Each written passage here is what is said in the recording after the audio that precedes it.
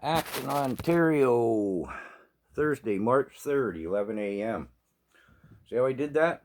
That's important, really important for you people filming live or live streaming, wherever you are at these rallies. I mean, other than the color of the flag in the background, if you say I'm down at 34th and Vine, I have no idea where you are, or if I'm watching something from yesterday or last week, when I was trying to keep a handle on what was going on in Ottawa when Trudeau got heavy handed. Here I am live down at 34th and Vine. I got nothing to work with there. Nobody knows where you are or what's going on. Time could be important as well, as evidence. And, maybe at 10 o'clock it's happy flag waving, and at 2 p.m. it goes Kent State. You know what I mean? Location, date, and time, please. It's crucial. In other news, there's a Canadian Armed Forces veteran named James Topp. He's continuing his march from Vancouver to Ottawa in protest.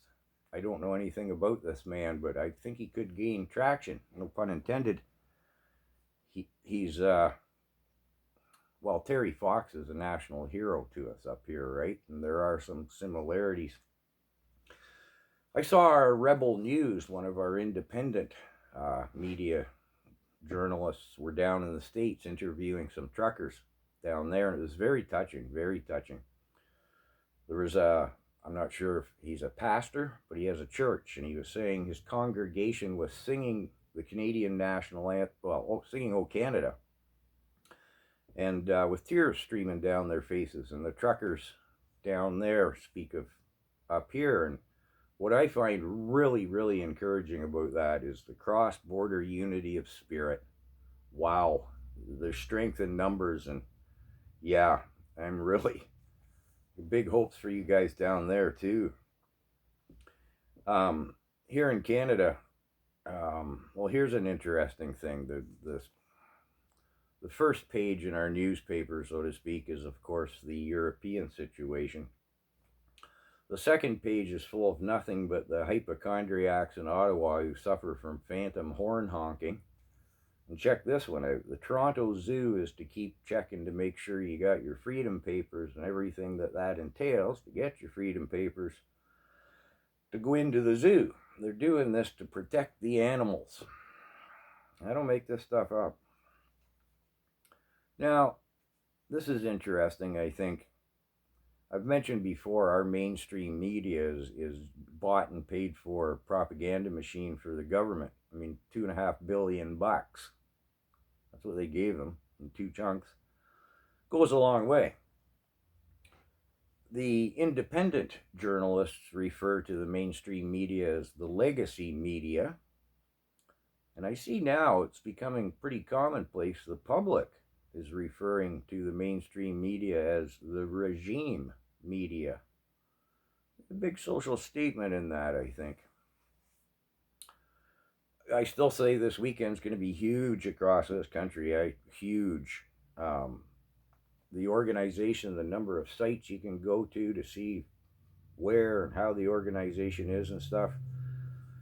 I'm not going to go into any detail about that. It's everywhere. I mean, everywhere across the country. Every provincial legislature buildings, it'll be big. I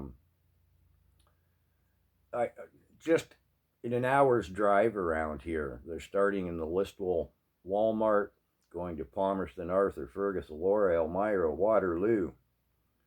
There's one in Perth, there's one in Aurora, there's one in Mississauga. It's right near Square One. Downtown Toronto, of course, the legislature, and Nathan Phillips Square, and Barrie. I mean, I could drive a golf ball and land at one.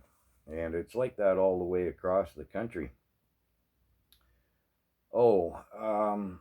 Somebody had asked in the comments about where I think it was Bill 223 was, and Bill C-10, 11, and 36, of course. I think, here's briefly how our parliamentary structure works. A party presents a bill, the political theater and debate goes on in the House of Parliament. Then they vote on it. Then it goes to the Senate for approval, or they can say no and bounce it back to Parliament to be rehashed and revoted on again. I do believe those bills are in the Senate because they were tabled and debated on and passed before our last election. I don't know. Weird stuff goes on with our government. The whole problem is the Liberal parties in charge, the progressive conservatives. The conservatives are the only real opposition. The NDP, they don't even show up in Parliament. What's the point? Trudeau tabled the bill. They're going to vote for it. So everything goes through. People say, why can't you kick Trudeau out? Well, the conservatives have tried. The NDP just votes with the Liberals. It's like they're one party. Like I say, they don't even come to Parliament. What's the point? Trudeau tabled it. They're going to vote for it. Excuse me. Yeah, okay. That's yesterday in Parliament. Here's our tax money well spent. They were debating a bill to deal with environmental racism. Yeah, I feel a lot better that we're dealing with that environmental racism issue. Can't make this stuff up. So we'll be keeping an eye on you Americans this weekend, and you keep an eye on us Canadians. What's Trudeau going to do? Play whack-a-mole all across the country? This is going to be unprecedented.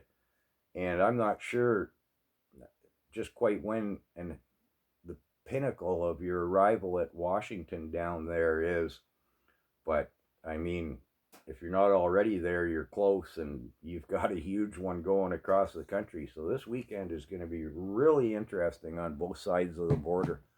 And again, I can't say how delighted I am with that cross-border spirit of unity that has developed and is so evident. Keep on trucking.